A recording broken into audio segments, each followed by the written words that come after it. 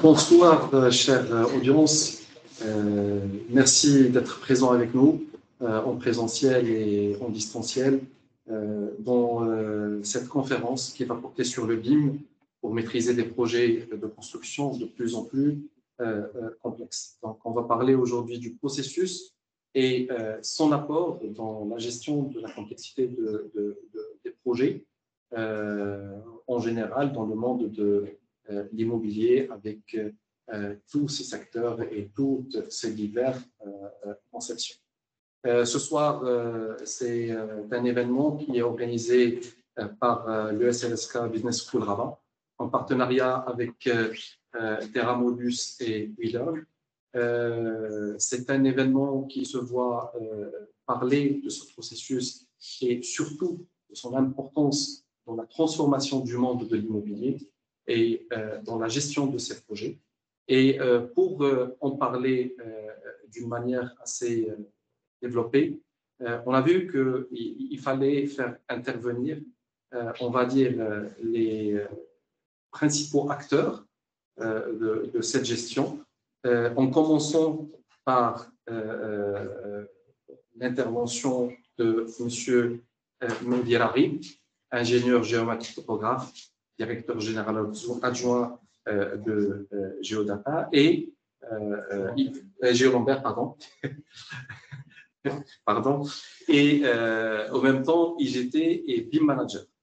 Par la suite, il y aura l'intervention de M. Tarek Khineri, architecte, gérant et fondateur du cabinet Tarek Khineri Architecte, et qui est dans le processus, qui travaille et qui croit à cette transformation digitale du métier et son ouverture surtout entre les divers intervenants et les divers acteurs du métier en soi-même. Et il va en relater de cette expérience et son apport en fait dans la résolution de complexité des projets. Par la suite, on a vu que c'était essentiel aussi d'en parler et de faire intervenir celui qui va gérer. C'est la partie la plus longue du cycle de vie de l'immobilier à travers tous les projets, quoi qu'il en soit, infrastructure ou suprastructure. Et c'est lui, en fait, qui a le plus de contacts, le plus de temps à essayer de remédier aux besoins de cet immobilier, que ce soit sur le plan de la gestion, que ce soit sur le plan de la maintenance. Et on a vu l'invitation de Yassine Saïd, directeur de projet chez Ewan Assets, et BIM Manager également, un bon profil qui pourra ce soir nous en parler tous et relater de son expérience. Bien sûr, quand on dit le BIM en tant que processus, le Maroc, n'oubliez pas, on est toujours, comme pas uniquement au Maroc, dans pas mal d'endroits au monde, même en Europe, on est dans une phase embryonnaire. Et le concept doit être acquis, doit être compris, et puis mis en application dans le domaine. Et c'est pour cela qu'on a vu la présence de Si Abdelghani Kouida, cofondateur de WeLearn, WeLearn qui ne cesse d'essayer de promouvoir cette formation. C'est la première partenariat qui a fait la naissance du Master BIM Manager au Maroc, en partenariat avec l'HTP Hassania, et qui n'arrête pas de militer dans ce sens afin de nous en parler. Présenté par moi-même, Mansour Walid, architecte, enseignant du BIM et ses applications à l'École nationale d'architecture et directeur général adjoint de Terra Modus. Donc, sans tarder, nous sommes toujours en train d'accueillir du monde dans la salle. Je céderai la parole à Sylvie Mehdi afin qu'il puisse nous parler. C'est le maître de mesure aujourd'hui qui va parler du processus et son apport dans la gestion des grands projets en matière de mesure. Sylvie Mehdi, bien à vous. Merci Siwalid. Bonsoir à tous. C'est un réel plaisir d'être parmi vous et je vous remercie pour votre invitation. à échanger aujourd'hui avec des professionnels aussi qui s'inscrivent dans la même logique de transformation numérique que la nôtre. Alors, pour rentrer justement dans le vif du sujet, moi, je voudrais dire tout d'abord que l'ingénieur géomètre topographe, du moins pour ceux qui en sont convaincus, s'est inscrit il y a un certain temps dans cette approche de transformation numérique. Pourquoi? Parce que quand on a à gérer une quantité très importante de données, de data, de mesures spatiales, il est clair, les avantages de la numérisation sont avérés, ne sont plus à démontrer. Le souci qui se posait à une époque, justement, c'est qu'on avait une certaine frustration de ne pas pouvoir continuer sur ce flux de données et le transmettre, capitaliser dessus pour qu'il puisse avoir une seconde vie auprès d'autres acteurs. Comme on a échangé tout à l'heure, certes, on savait que au niveau d'autres professionnels, notamment des architectes, eux aussi interdisait ces tarifs, par exemple, pour nous en parler, mais on voulait justement que ça aille plus loin. Et c'est la raison pour laquelle, dès les premiers balbutiements du BIM, je pense que les personnes qui s'inscrivaient dans le même état d'esprit ont sauté un peu sur l'occasion. On s'est dit, voilà, ça va être notre occasion justement pour qu'on puisse capitaliser dessus et aller plus loin.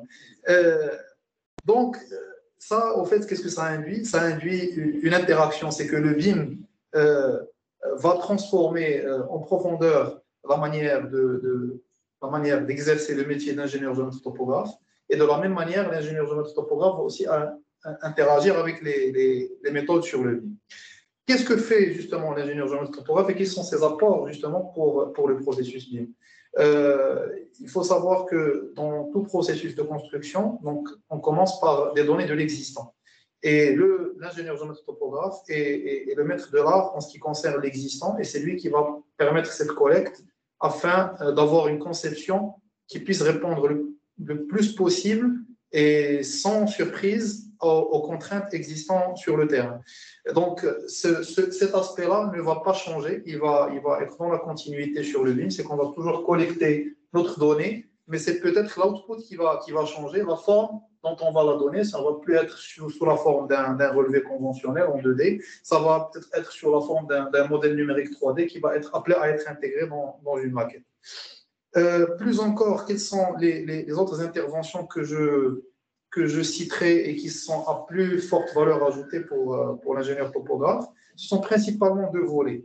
C'est qu'une fois que nous avons notre maquette, suite au travail laborieux de nos collègues architectes, et qu'elle est, bien sûr, il y a d'autres amendements qui vont être introduits par les bureaux d'études, et qu'on a une maquette prête à être réalisée.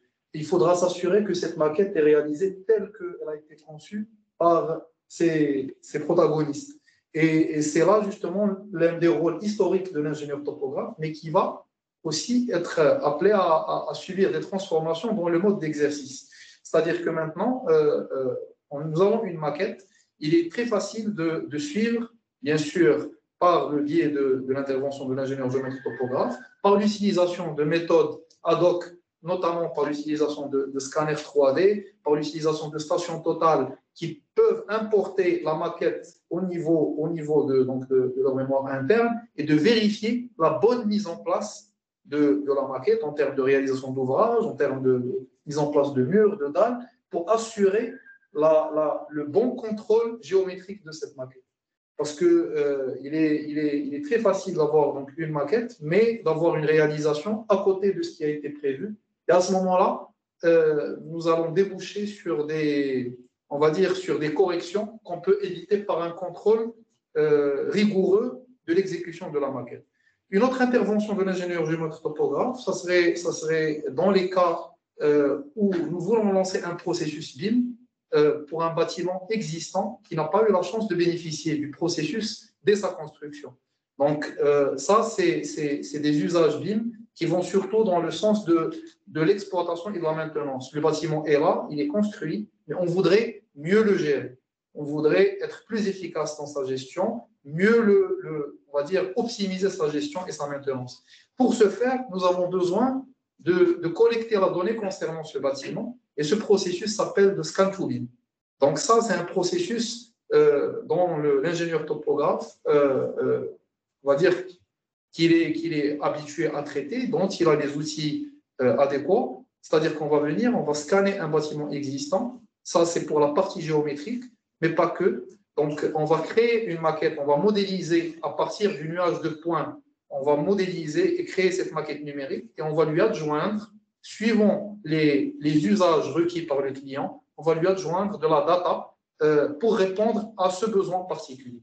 Parce que l'ingénieur géomètre topographe est je pense que l'idée maintenant est un peu claire, c'est un collecteur de données. C'est un collecteur de données géométriques, certes, mais pas que, aussi d'autres types de données, des données qu'on va pouvoir adjoindre à la maquette numérique. Pour conclure peut-être un peu mon intervention, je dirais que le BIM crée certes des formes de peur, de réticence, mais pour ceux qui ont eu la chance de rentrer, de côtoyer le processus et d'en toucher les réels avantages, ils ne peuvent qu'adhérer. Et moi, je suis persuadé que le BIM, à terme, au même sens que d'autres on va dire, métamorphoses des métiers de la construction, il va induire un glissement en profondeur du métier d'ingénieur géomètre topographe. Dans quel sens? C'est que ça c'est ma conviction intime, c'est que la mesure, elle va à un moment être tellement démocratisée que l'ingénieur géomètre topographe va devoir forcément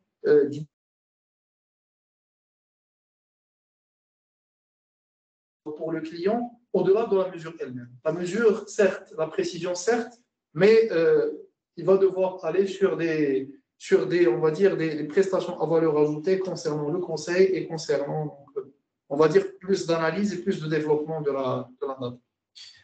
Merci Simati, ça m'interpelle ce que vous venez de dire et j'aimerais bien poser dans la foulée une question pour vous dire, est-ce que vous pouvez nous en parler davantage sur l'apport de ce tas de data que vous collectez, surtout dans le contrôle, dans les auscultations des ouvrages qui sont complexes, ça c'est de 1.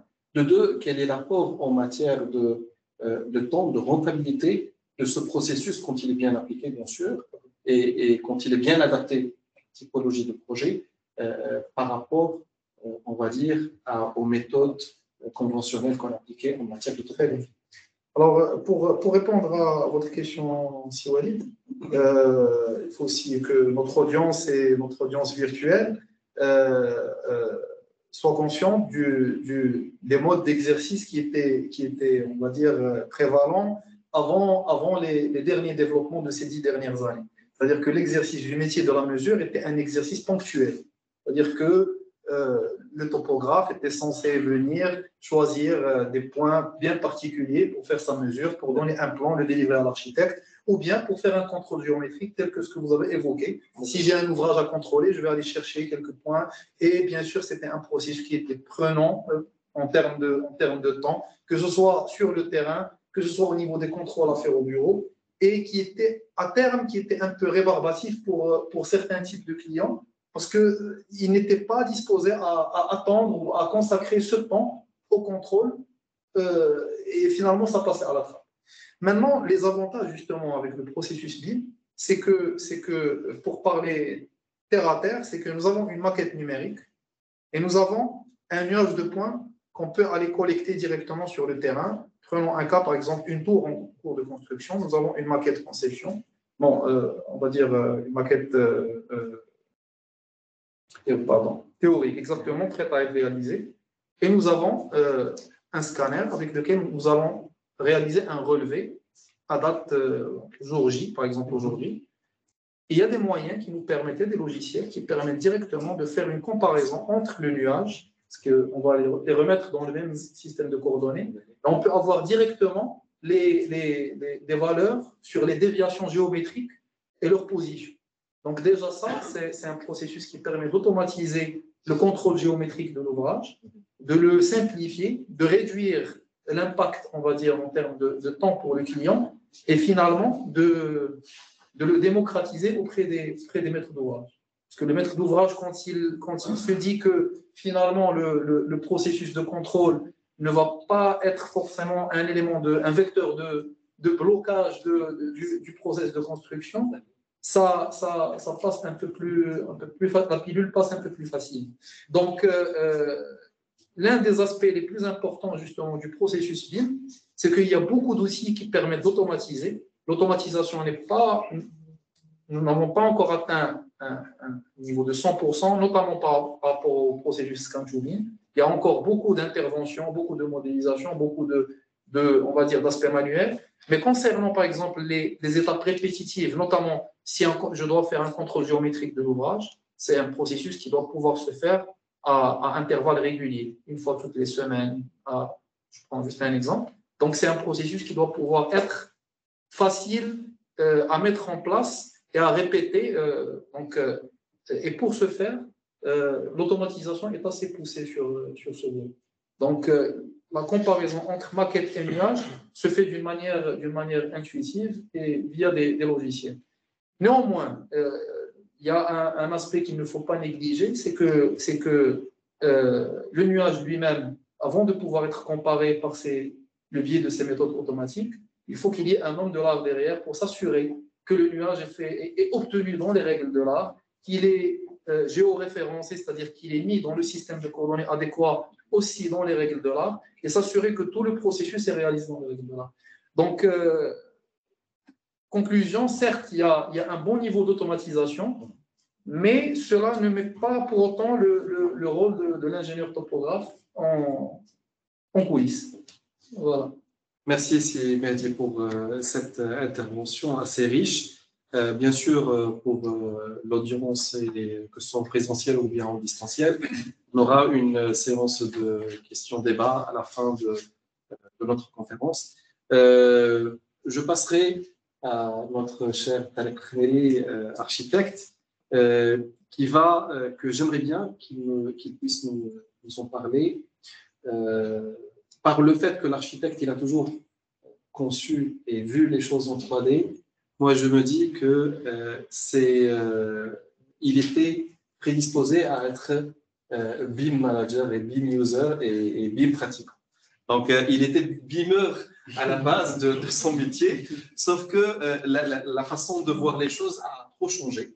Donc, ce qui sera bien, c'est de parler toujours. Moi, j'aimerais bien qu'on éclaircisse à l'audience ce changement, à quel point il apporte de l'importance. Bien sûr, comme l'a signalé Mehdi, il y a toujours un homme de l'art qui est derrière, en chaque phase, pour chaque étape. Et il a transformé les métiers, mais vers une efficacité. Et cette efficacité on ne doit pas la confronter avec une frustration ou peur. Au contraire, il faut l'accueillir à grands bras pour essayer d'évoluer avec. Donc, je vous laisse la parole, si vous plaît. Merci beaucoup. Merci, Siwalid. Merci à l'ESLSK de nous recevoir pour cette intervention. Merci à Caramobus d'organiser cette manifestation. Merci à vous d'être ici. Et moi, je vais prendre un petit pas de côté. Vous avez dit que j'avais l'esprit BIM. Je ne sais pas si c'est l'esprit BIM. En tout cas, je voudrais en revenir un petit peu à la base des choses. Je me pose toujours la question de savoir si Léonard de Vinci était un artiste ou un mathématicien, architecte, physicien. Je me suis toujours posé cette question et je ne sais pas si l'un a nourri l'autre. En tout cas, dans mon esprit, ils ne sont certainement pas indépendants. Et la conclusion à laquelle je suis arrivé, c'est que c'est parce que c'était un formidable artiste.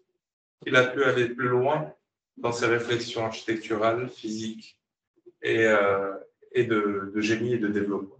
Donc, depuis toujours, le fait de pouvoir poser, matérialiser, arriver à poser son imaginaire et le regarder, le confronter, le tourner, le voir dans tous les sens, ça a toujours été la base des choses.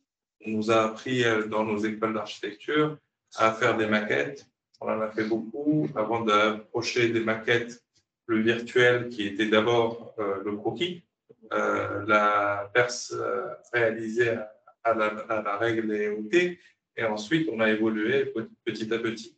Mais ce processus, qui est un processus BIM à la base, qui est d'abord de savoir ce qu'on est en train de dessiner, pouvoir le mesurer, pouvoir le confronter pour se dire ensuite, ah, si je peux modifier tel élément ou si je peux améliorer telle chose, là je vais évoluer dans mon travail et je vais pouvoir améliorer ce que je suis en train de faire. On en est arrivé à Franck Gehry. La première fois que j'ai vu un bâtiment de Franck Gehry, je ne sais pas si vous connaissez le musée célèbre de Bilbao, je me suis dit, tiens, ça c'est une architecture que je n'aurais même pas imaginée. Et effectivement, c'est quelque chose, c'est un objet, plus une sculpture qu'un bâtiment à la base, mais qui est devenu un bâtiment qui n'a pu être un bâtiment que parce qu'il y a eu à un moment donné des outils suffisamment puissants pour pouvoir appréhender ce genre de choses. Bon, à ce moment-là, c'était des logiciels qui étaient utilisés dans l'aéronautique et notamment pour la construction d'avions, type Katia et autres, donc qui ont permis la réalisation et le fait d'appréhender ce type de bâtiment aussi complexe.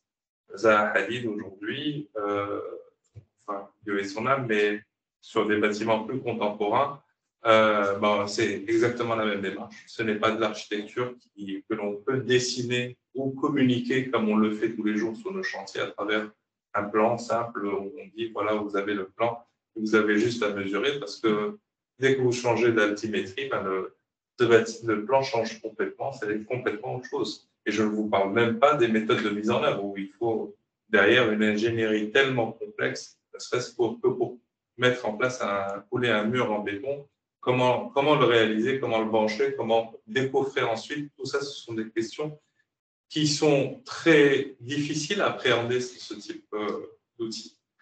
Alors, j'ai assez vite, au cours de mon cursus, perçu un petit peu l'importance de pouvoir maîtriser la communication et puis le support à ma conception, qui est donc le dessin. Et j'ai vu les potentialités, plus que les potentialités de mon dessin propre en tant qu'artiste, j'ai vu les potentialités de l'informatique et de l'infographie.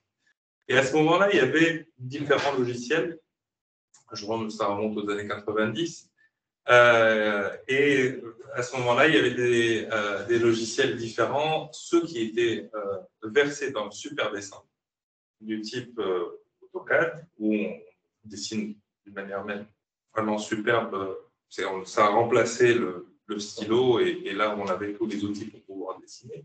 Et d'autres précurseurs qui avaient déjà démarré dans un esprit architectonique où, au lieu de proposer des lignes et des polylignes, proposer des murs, des dalles et des toitures.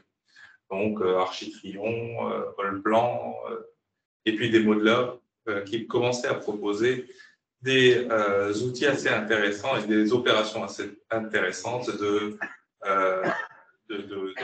volume, de volumétrie, de soustraction de modules, d'intersection de modules, toutes les opérations booléennes qui, à un moment donné, ont complètement révolutionné le domaine.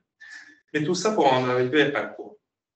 Pour en arriver à la maîtrise de l'espace, puisque c'est exactement ça notre métier, maîtriser un espace, savoir comment il est composé, savoir qu'est-ce qu'on recherche à travers le dessin, à travers la conception. Parce que quand on fait un bâtiment, si c'est bien de l'imaginer, de le dessiner, mais ensuite il faut qu'il tienne, il faut qu'on puisse l'éclairer, il faut qu'on puisse placer son assainissement, drainer, etc. Tout ça, ce sont des éléments, un ensemble de contraintes, un ensemble d'interventions sur ce bâtiment qui, si elles ne sont pas prises en compte dès le départ, finissent par complètement occulter et dénaturer le résultat final qui est l'espace. Or, dans un souci de maîtrise de l'espace, il est impératif d'être en amont et de pouvoir intégrer tous ces éléments-là. L'architecte, aujourd'hui, dans son métier, gère un certain nombre d'informations. Il est en quelque sorte un chef d'orchestre. Il n'est ni violoniste, ni pianiste, ni violoncelliste, mais il doit connaître ses instruments, il doit savoir qu'est-ce qu'il peut en tirer, pour en faire la belle harmonie. Et c'est là où c'est exactement le même parallèle.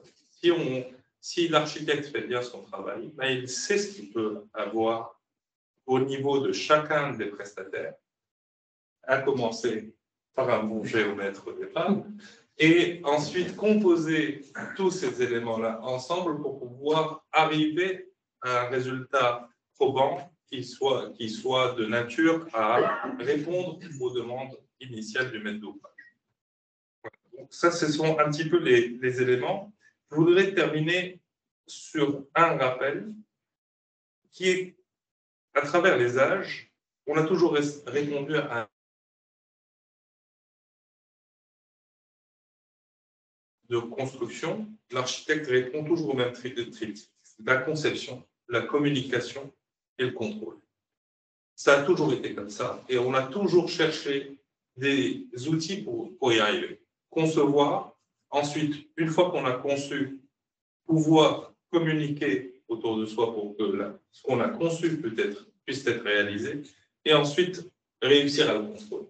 Aujourd'hui, le BIM nous donne d'une manière, et les outils qui existent, nous donnent des solutions qui sont formidables pour respecter ce triptyque, en ajoutant peut-être un quatrième petit ou plutôt grand élément, c'est la mesure dans le temps et la mesure réelle, pour pouvoir savoir comment va évoluer le bâtiment et comment on peut le gérer.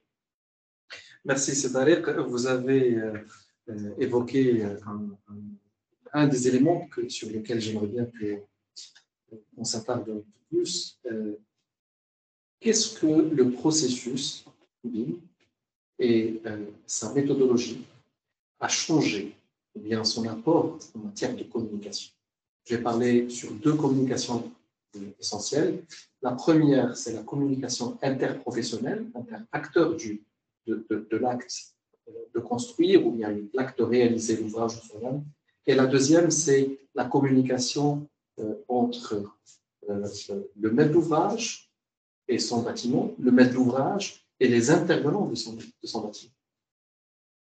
Alors, la méthode BIM va révolutionner essentiellement la justesse et la qualité des informations que l'on va échanger entre nous.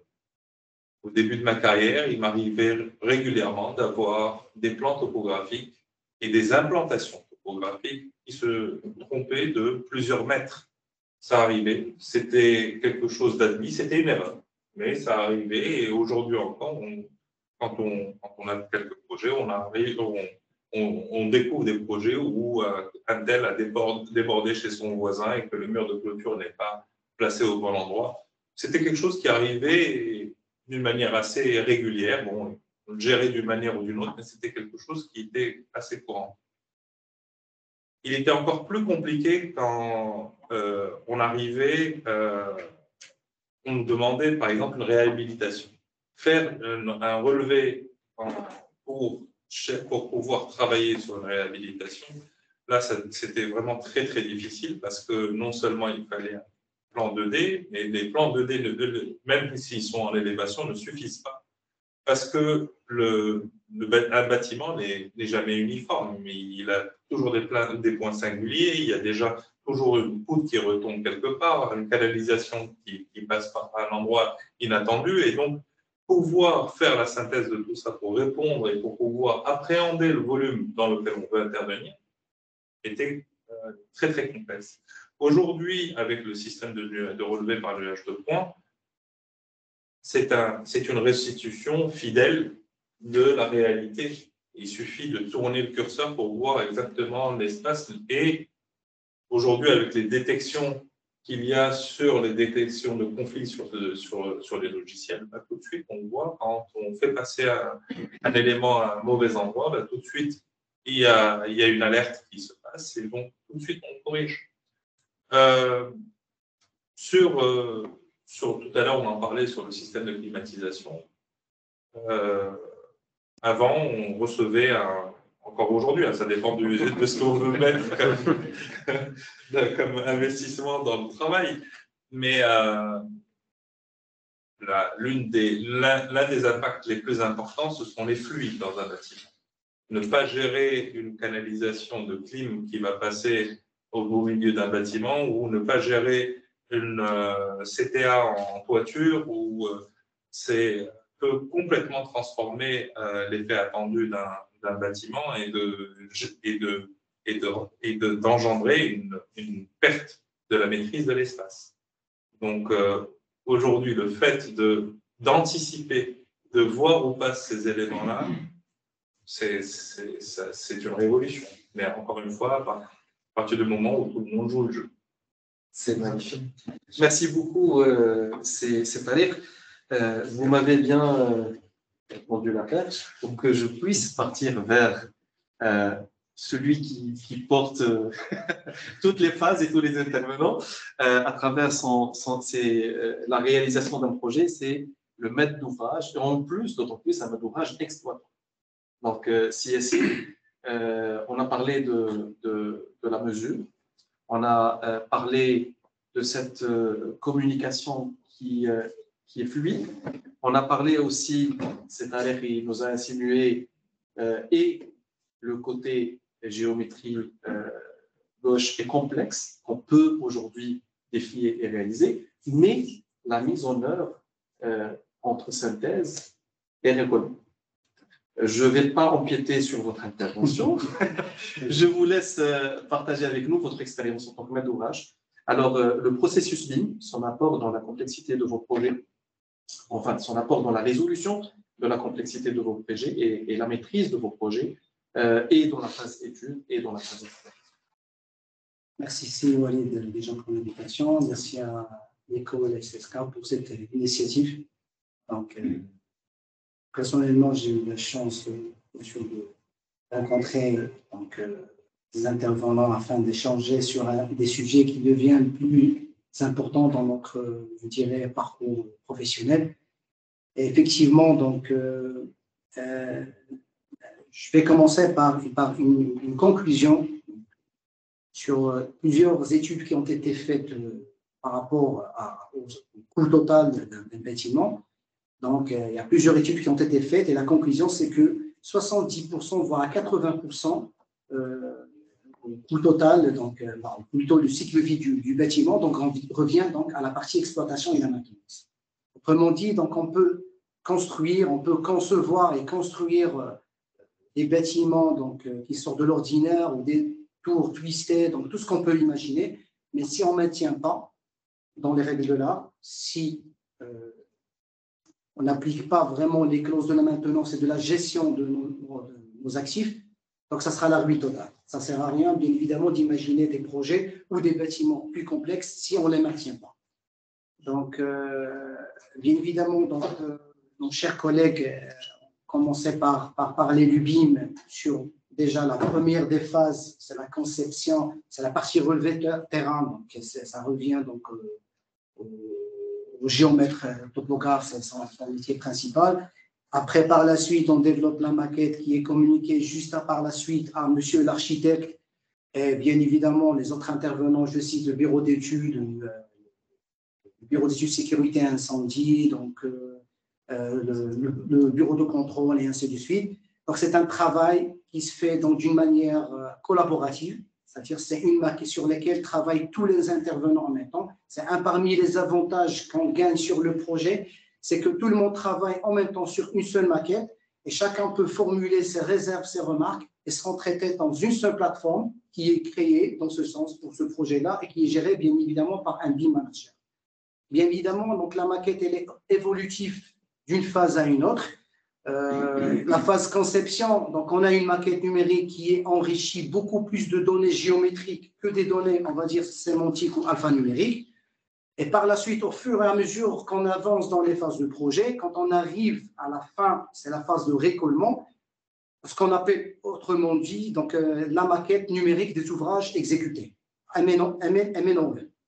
Donc, bien évidemment, pour créer cette maquette, effectivement, donc, il faut bien évidemment garder toujours une alimentation au fur et à mesure de cette maquette numérique par rapport à l'avancement des travaux. Donc, on commence par la géométrie. Donc, quand on a plus que 80 jusqu'à 90% dans la phase conception, la maquette numérique, elle est beaucoup plus géométrique que des données numériques. Quand on arrive à la fin, il n'y a plus d'évolution dans la partie géométrique, mais on pense beaucoup plus à la partie, je dirais, donc les données techniques et numériques. Les données techniques, par exemple, on cite les fiches techniques de tous les équipements qui nécessitent bien évidemment des opérations de maintenance corrective ou préventive. La documentation technique, bien évidemment, dans chaque équipement pour pouvoir éventuellement lancer la procédure pour tout ce qui est changement des pièces rechange et ainsi de suite. Donc, par rapport à notre expérience sur le BIM et sur la phase, plus précisément la gestion patrimoine ou la gestion et exploitation, donc nous sommes aperçus effectivement que nous avons eu beaucoup de problèmes dans cette phase qui est très complexe. Et donc, je dirais parmi les inconvénients, c'est qu'il y a le temps d'intervention, donc il était un peu lent. Donc, un client qui ouvre un ticket donc, pour le traiter, donc il faut bien évidemment chercher la disponibilité des équipes, l'affecter donc, sur site pour pouvoir faire l'intervention. Autre chose, je cite par exemple, on n'avait pas des données, je dirais, qui reflètent à la réalité, c'est-à-dire effectivement on a des données de récoulement, mais à 90%, donc je pense que tout le monde sera d'accord avec moi que le récoulement ne correspond en aucun cas à la réalité. Donc voilà, c'est plus ou moins c'est l'exécution. Et c'est des problèmes, bien évidemment, qui peuvent bien évidemment poser des problèmes, je dirais, face à des clients. Donc, le client donc, reste roi. Donc, il faut bien évidemment prendre au sérieux le problème et le traiter dans un délai très court. Donc, c'est là où vraiment on a pensé, effectivement, parmi les premières expériences, je dirais la première expérience sur laquelle on a déployé le BIM, c'était une des parcelles ou un des projets qui est sur le parc de Casamir-Shore. Donc, le BIM a été déployé donc, depuis la phase conception et sera bien évidemment continué jusqu'à la phase exploitation. D'ailleurs, le projet sera très, très bientôt livré. Donc, l'expérience nous a montré qu'on a eu beaucoup de gains, que ce soit en phase de conception ou même de construction. Et même actuellement, on est en train de préparer la maquette MNOE, qui sera bien évidemment développée pour devenir une maquette numérique des ouvrages d'exploitation. Ça, c'est un autre sujet qu'on va détailler juste après. Et on s'est dit qu'on ne va pas se limiter uniquement pour ce projet, mais on a décidé on va dire, BIMiser tous les projets existants pour effectivement garder, donc, bien évidemment donc, notre patrimoine, on va dire sain et sauf, c'est-à-dire le mieux gérer, intelligemment gérer, et sans passer des méthodes traditionnelles. Donc, aujourd'hui, normalement, le maître d'ouvrage, quand bien évidemment il veut déployer le BIM, il doit, dans un premier lieu, établir un cahier de charge. C'est très important pour définir son besoin. En besoin de quoi? En besoin de sa maquette numérique pour s'en servir. C'est-à-dire qu'il doit définir, je dirais, avec le BIM manager et les autres intervenants, le niveau de développement de sa maquette numérique qu'il aura besoin, bien évidemment, pour faire son métier d'exploitation. Ça ne sert à rien, bien évidemment, juste de mettre des hypothèses aléatoires et arriver à la fin pour exploiter la maquette numérique. Et du coup, on se retrouve avec des données qui sont manquantes et faire appel toujours à chaque fois à des intervenants pour remodéliser. Donc, c'est une perte de temps. C'est pour cette raison que, personnellement, je pense qu'il faut, avant, bien évidemment, de parler, que ce soit de BIM ou de maquette numérique, il faut établir, le client, je dirais, c'est le maître d'ouvrage ou le donneur d'ordre, doit établir un cahier de charge, une charte qui est bien définie et bien ficelée, dans laquelle il doit définir tous ses besoins en ces maquettes-là pour s'en servir. Peut-être qu'il en aura besoin juste dans la phase commercialisation, peut-être qu'il en aura besoin juste dans la phase construction ou même à la phase exploitation, bien évidemment. Donc, tous ces détails-là, il faut les mettre à l'avance avant d'y arriver à la fin et ça sera trop tard de refaire le travail dès le début. Donc, parmi les gains que personnellement qu'on a constaté, bien évidemment, le déploiement des BIM dans le projet, que ce soit le premier projet sur lequel le BIM a été déployé depuis la phase conception, et même les autres projets donc, sur lesquels on a travaillé dernièrement pour préparer la maquette numérique des ouvrages exécutés. Donc, nous avons pu avoir une base de données qui est très enrichie, avec surtout tous les équipements techniques qui nécessitent des interventions, je dirais, critiques. Je cite par exemple les CTA, les PAC, les groupes d'eau glacée, donc les post-contrôle, les groupes électrogènes et ainsi de suite. Ça nous a permis de collecter toutes les données, je dirais, techniques de cet équipement. Peut-être s'il y a une intervention pour changer une des pièces, donc nous sommes très conscients de quelle marque s'agit-il, de quelle référence, de quel modèle, pas comme en avance, donc on ne sait pas, donc on envoie quelqu'un pour prendre des photos sur site. Si déjà il existe la plaque signature ou il n'existe pas, on essaie de faire des consultations, peut-être que la pièce n'est pas adéquate, et ainsi de suite. Donc tout ça, c'est un gain de temps pour le gestionnaire pour assurer sa propre, je dirais, mission en tant qu'exploitant. Notre, je dirais, réflexion ne s'arrête pas juste dans la maquette numérique des ouvrages exécutés, ce qu'on appelle MNOE, mais on va la développer pour devenir une maquette numérique des ouvrages, une maquette numérique pour la maintenance exploitation. C'est ce qu'on appelle la MNME. Donc, c'est quoi cette maquette-là?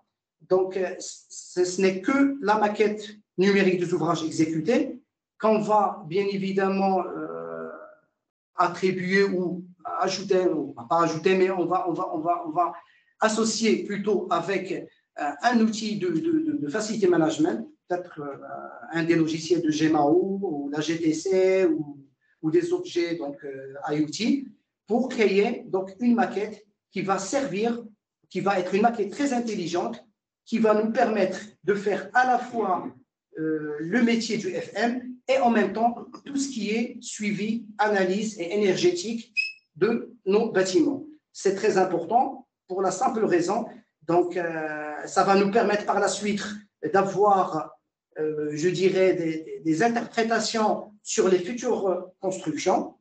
Ça va nous permettre également d'imposer, on va dire en quelque sorte, entre guillemets, d'imposer sur les clients des seuils de consommation à ne pas dépasser et avoir des alertes au cas où il y a un dépassement.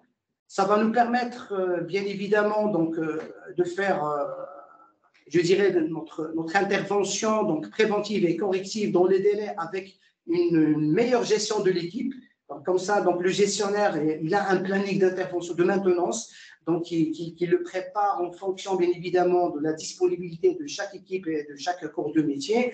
Donc, tout ça, ça nous permet, bien évidemment, de réduire les interventions, de réduire le coût de la maintenance et garder, bien évidemment, donc, notre actif dans des conditions d'exploitation plus optimales qu'à l'avance. Voilà. Merci, Yassine, et pour cette riche intervention qui nous montre que vous en profitez au niveau de vos parcs et votre patrimoine immobilier, de ce processus et de ses avantages pour une meilleure gestion, une meilleure optimisation, contrôle de l'énergie et tous ces éléments-là. La question qui se pose aujourd'hui, est-ce que dans la réalisation de votre projet, et bien sûr je fais ça afin de pouvoir faire la transition, notre quatrième intervenant, vous en trouvez les profils adéquats. Vous avez parlé de beaucoup d'applications du BIM, vous en avez un immense besoin, la conscience elle est là, mais qu'en est-il de la réalisation et de l'intervention? Tout à fait. Vous avez donc effectivement donc un point qui est très important.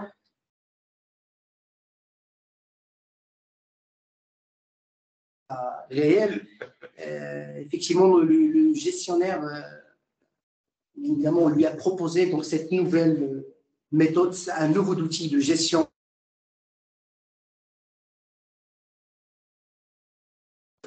Ils n'avaient pas des connaissances en matière de BIM, de maquette numérique, mais on leur a forcé de s'inscrire dans cette démarche parce que ça ne serait que bénéfique pour eux et plus, je dirais, pratique pour eux que pour nous. Bien évidemment, nous, on reste le propriétaire. On est le propriétaire, bien évidemment, des actifs ou de notre patrimoine, mais c'est dans leur intérêt, bien évidemment, de s'inscrire dans cette démarche de BIM, de faire des formations, ou on va dire de suivre une conduite de changement. c'est de changer la méthode traditionnelle. Ça va leur permettre, bien évidemment, de gérer leurs priorités. Parce qu'aujourd'hui, c'est une expérience qui est concrète. Quand on appelle pour un souci, malheureusement, le problème ne sera résolu qu'après, bien évidemment, un temps, je dirais, qui n'est pas logique. Et on ne se permet pas de faire attendre les clients pour que le problème soit résolu. La seule excuse, c'est que toute l'équipe, elle est déployée sur des interventions, toute l'équipe, elle est occupée, donc ils n'ont pas vraiment une visibilité pour dispatcher leurs ressources. Et ça, c'est très important. Donc, quand on va développer cette maquette numérique MNE, quand on appelle MNE, voilà, où il y a une autre appellation, c'est le jumeau numérique ou le digital twin, cet outil, ça va être vraiment un outil qui est, je dirais, très bénéfique pour eux parce qu'il y a tout dedans. Il y a un planning qui est déjà donc, prêt. Donc, on sait très bien, aujourd'hui, j'ai un programme d'intervention pour un certain équipement et quel type d'intervention que je devrais faire et quelles ressources que je dois affecter à cette intervention-là. Donc, c'est-à-dire que l'alerte ou, je dirais, la réclamation ne vient pas à l'improviste et par la suite, on essaie de taper gauche et à droite. Et sincèrement, donc, on n'arrive pas à résoudre le problème comme il le faut. Mais il faut bien évidemment, on est en train de leur pousser à bien évidemment à s'inscrire dans cette démarche parce que ça ne serait que bénéfique pour eux, pour bien évidemment donc, assurer leur métier dans les règles. Merci, Siassine, pour cette riche intervention. Sans tarder, je passe la parole à Serweda pour qu'il nous parle. En fait, là, c'est un besoin. Tout le monde est d'accord autour de la table. Il faut initier à ce changement de conduite au niveau de cette transformation digitale de l'immobilier, de ses pratiques, de sa façon de concevoir, de le voir, de le gérer, de le produire. Et qu'en est-il de cette formation en fait au Maroc? Où est-ce qu'on en est? Qu'est-ce qu'on fait? Est-ce que vous pouvez nous en parler? C'est poétique. Merci beaucoup, Walid. Alors, avant d'attaquer directement où est-ce qu'on en est par rapport à la formation au Maroc, je voudrais d'abord commencer par aborder la question sur quoi on doit former et pourquoi on doit former. Alors, déjà, on peut se poser la question parfois, pourquoi le BIM?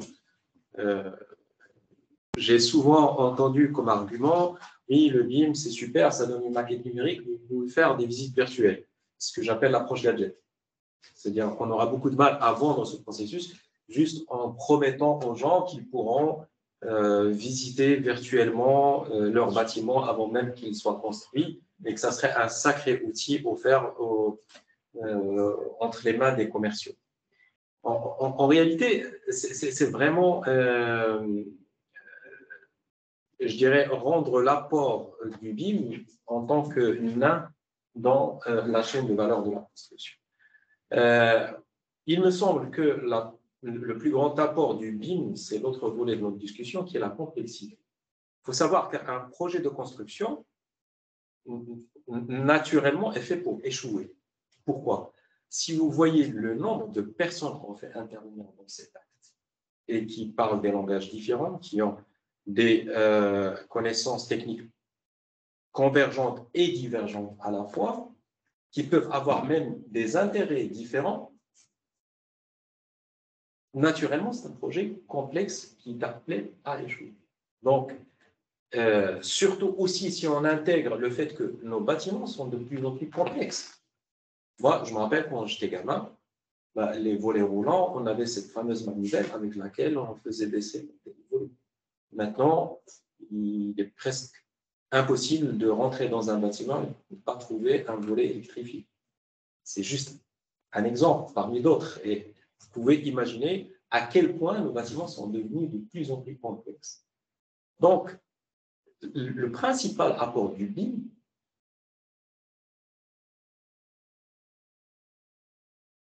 est complexe, que ce soit en termes d'intervenants, que ce soit en termes de livrables, et essayer de faire en sorte que ça marche.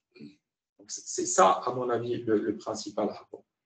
Donc, du coup, qui dit quelque chose d'extrêmement complexe qu'on va essayer de maîtriser et d'avoir un contrôle dessus pour garantir le livrable, ça veut dire forcément que c'est une compétence, c'est un métier.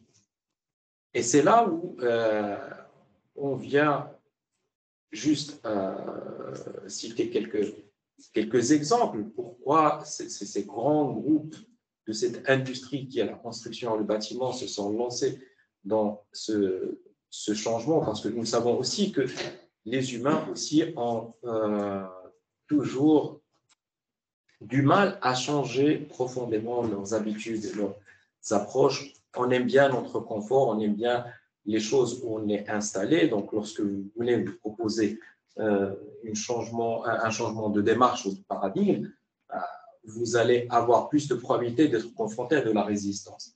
Et pourquoi, malgré ça, ces grands groupes se sont lancés dans ce processus? J'avais lu dernièrement une étude qui a été réalisée par PMI, Project Management Institute, et qui a été publiée en 2021, qui parle des projets de construction et des différents problèmes que cette industrie connaît de par le monde en termes de statistiques. Ils ont relevé que plus de 40% des projets sont livrés en retard. Plus de 40% des projets sont livrés avec un dépassement de budget. 12% des projets de construction ne sont pas achevés, abandonnés, avec 34% du budget engagé non recouvrable, de la perte d'argent.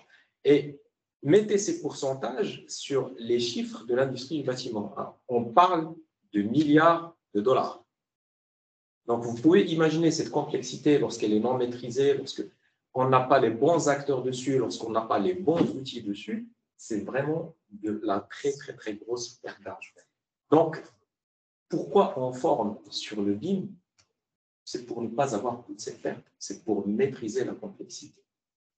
En fait, la révolution du BIM, à mes yeux, en tout cas modestement, ça a été de faire coordonner par un outil, qui n'est pas un gadget en réalité, un outil, et faire collaborer tout ce monde. Déjà à travers les avancées technologiques qui ont permis, avec des puissances de calcul de plus en plus importantes, avec aussi la connectivité, de faire collaborer cet ensemble durant la phase de réalisation du projet, et que derrière a permis aussi de favoriser l'exploitation.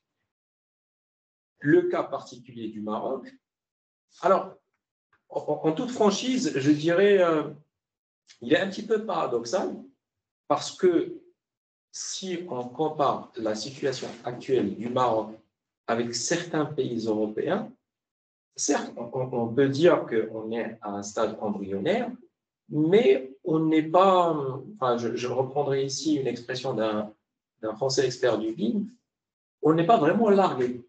C'est-à-dire, déjà, on constate quelque chose de vraiment très, très, très intéressant, c'est que le Maroc dispose de compétences très poussées en BIM. Et compétences ici, je veux dire individus. Nous n'avons pas encore la masse critique pour que ça soit un mouvement vraiment sur l'ensemble du marché et l'ensemble de l'industrie. Mais vous pouvez chercher dans n'importe quelle spécialité du BIM, parce qu'en plus, c'est un domaine qui a plusieurs volets d'intervention, un expert de pointe en la question, vous allez en trouver. Le problème, c'est que, comme j'ai dit, on a des experts de pointe dans n'importe quel volet, mais on n'a pas encore atteint la masse critique qui a au moins la compétence moyenne. Donc ça, c'est le premier constat, qui est à la fois un atout, mais un problème à rattraper. Le deuxième point que j'aimerais relever, c'est que, comme tout phénomène de mode, et en ce moment, on commence à constater que le BIM commence à avoir ce statut de phénomène de mode, ça attire un petit peu tout le monde. Ça attire les sérieux et ça attire aussi les gens qui cherchent le gadget. Alors, le danger avec les gens qui cherchent le gadget, c'est que vous allez parler à un donneur d'ordre qui commence à peine à entendre parler du BIM, qui pour lui, ça va être un changement lui-même complexe, qui nécessite un certain nombre d'intervenants, de l'assistance technique, etc., etc. Et si par malheur, il a en face de lui ce que j'appelle un charlatan, bah, vous risquez d'attendre très longtemps avant qu'il ne tente le coup une deuxième fois. Parce que les conséquences, malheureusement, ils peuvent être assez graves. Donc, c'est quoi la solution? La solution, à mon avis, est très simple. Une compétence qui, en soi, est une compétence technique, qui nécessite quand même une maîtrise assez poussée, nécessite forcément une formation. Et dans ce volet-là, une formation aussi qui soit de qualité. Alors, ce n'est pas juste pour balancer des étiquettes, mais il faut qu'on se pose déjà la question, quel est le profil dont on a besoin pour faire marcher ce processus de façon qualitative? Et à partir de cette définition de profil, on définit quels sont les objectifs d'apprentissage, et derrière chaque objectif d'apprentissage, la difficulté de trouver des compétences de pointe pour transmettre ce savoir, c'est là où je reviens à l'atout. Heureusement, au Maroc, n'existe pas.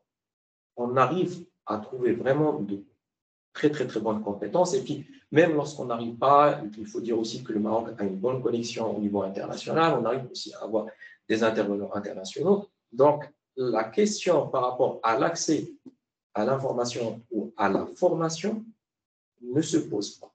Le grand danger maintenant par rapport à la formation, c'est comme j'ai dit, cet aspect un petit peu de gadget, ou de bricolage, ou de charlatanisme. Vous pouvez même parfois entendre des histoires un petit peu à faire dormir le goût, du genre, oui, mais il suffit de suivre des tutos sur YouTube. Donc, je me demande, est-ce que la personne qui dit ça, s'il a quelqu'un de sa famille qui doit subir une opération à cœur ouvert, et en face de lui dit, oui, j'ai appris ça sur comment ouvrir le cœur. Non, comme j'ai dit, bon, c'est vrai que là, on touche à la vie, c'est plus grave et plus sérieux, mais aussi dans un projet de construction, on peut toucher vraiment à des milliards. Donc, si on n'a pas véritablement acquis la compétence de manière qualitative, il ne faut pas s'étonner derrière si on a ces chiffres sur les pertes, etc. Donc, résumé, il faut véritablement considérer que c'est une compétence, qu'on a la possibilité de l'apprendre de façon qualitative. Ça, c'est une chance et un atout pour le Maroc, mais qu'il y a quand même un premier danger qui est cette émergence de bricoleurs qui proposent à la fois des services aux donneurs d'ordre, mais aussi parfois des formations un petit peu bricolées. Dernier point sur lequel je vais insister vraiment par rapport à cet aspect de formation, parce qu'on commence à avoir quand même de plus en plus de compétences bien formées au Maroc. Ben, sachez que en Europe et surtout en France, il y a en ce moment une très grande tension sur la disponibilité des compétences BIM. Et ça, c'est un danger pour les entreprises marocaines. Parce que déjà, je pense qu'on doit accélérer un petit peu plus le rythme en termes de formation qualitative, mais avec le peu qu'on forme chaque année, ben, croyez-moi, il y a des entreprises françaises qui viennent, et dès que la personne termine sa formation, on le prend. Comme la vague qu'on avait connue à une certaine époque avec les ingénieurs, où avant même d'avoir soutenu son PFE, il a déjà le contrat signé, il soutient et il part. On commence à voir le début de ces tendances aussi sur le BIM. Donc, ça ne peut aller que dans un besoin d'aller renforcer de plus en plus les formations de qualité. Je reste convaincu que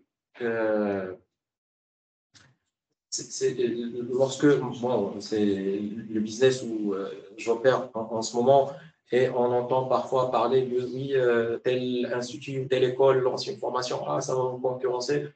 Oui, c'est bien, ça va nous concurrencer, mais de toute façon, je n'ai jamais eu la croyance ou la prétention que nous allons pouvoir répondre à l'ensemble du besoin du marché. Je pense que l'opportunité et la porte est encore très, très, très, très grande et du coup, les possibilités sont grandes ouvertes. Je ne pourrais que encourager, bien au contraire, qu'il y ait de plus en plus d'initiatives, mais que ce soit des initiatives faites par des gens qui cherchent la qualité. C'est sur quoi je voudrais vraiment insister. Merci, Serbrani. Moi, j'aurais une question. Et bien sûr, il y a l'interaction entre les intervenants, elle est toujours ouverte. Est-ce que aujourd'hui, après avoir eu pas mal de promotions de BIM manager, quelle est la démarche que vous avez faite? Parce que je pense qu'on a, dans les intervenants gestionnaires de ce processus, on a construit le sommet tel que ça a été. C'est une démarche qu'on a vue un peu partout. Parce qu'on est au cœur de la gestion du projet, on est au cœur de la maîtrise. Mais ce BIM manager lui-même, il a besoin d'autres acteurs connaisseurs du BIM à ses côtés afin d'assurer d'autres tâches. Est-ce que vous pouvez nous en parler un peu des formations qui sont lancées dans ce sens? Oui, tout à fait. En fait, si on veut simplifier un petit peu le schéma organisationnel du BIM sous une forme de pyramide, on va dire, nous avons, appelons-le le manager ou le grand manager de ce process, et qui, le plus l'organisation est grande, le plus il va tendre vers des actions pure management, très peu d'intervention technique. Et nous avons la base qui est principalement l'équipe technique, et nous avons ce qu'on pourrait appeler le middle management. Alors, ce que nous constatons aujourd'hui, c'est qu'il y a eu des initiatives dans la formation des managers. Ça va, je pense que là, on a une belle offre. Je ne parle pas que de WeLearn, là on est partenaire, mais globalement dans le marché marocain, il y a une belle offre pour les grands managers. En ce qui concerne la base, et ça, à mon avis, c'est un des grands risques et des grands dangers, c'est que là, par contre, il y a très peu d'offres. Alors, la principale fonction qu'il faut remplir, et je n'arrête pas de discuter avec les opérateurs dans le domaine, que ce soit des cabinets d'architecture, des bureaux d'études ou des bureaux d'IGT, c'est les BIM modelers. Moi, j'ai eu beaucoup de discussions de gens qui parlent de cette expérience. Et quand je dis BIM modeler, là encore, il faut faire attention. Il y a les BIM modelers, il y a les modelers qui sont formés au tuto YouTube, qui peut être un bon début, un bon démarrage. Mais ça n'en fait pas un bon BIM modeler. Parce que souvent, il va maîtriser une partie très restreinte de ce qu'il est appelé à faire. Et du coup, dès qu'il change d'activité, il va être complètement largué.